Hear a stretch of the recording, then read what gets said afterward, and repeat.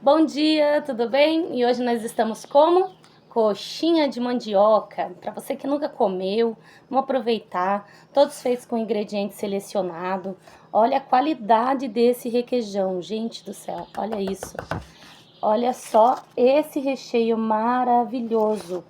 Então a gente tem 50 gramas de massa de mandioca, mais 20 gramas de recheio, sendo que esse recheio ainda conta com o nosso franguinho, né?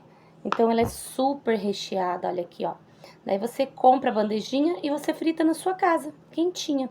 Para você que não sabe fritar coxinha de mandioca, eu te envio o meu vídeo fazendo a fritura, que é super fácil, super prático, para você estar experimentando aquela coxinha da avó de antigamente, de mandioca. Olha só a qualidade dessa coxinha, ó.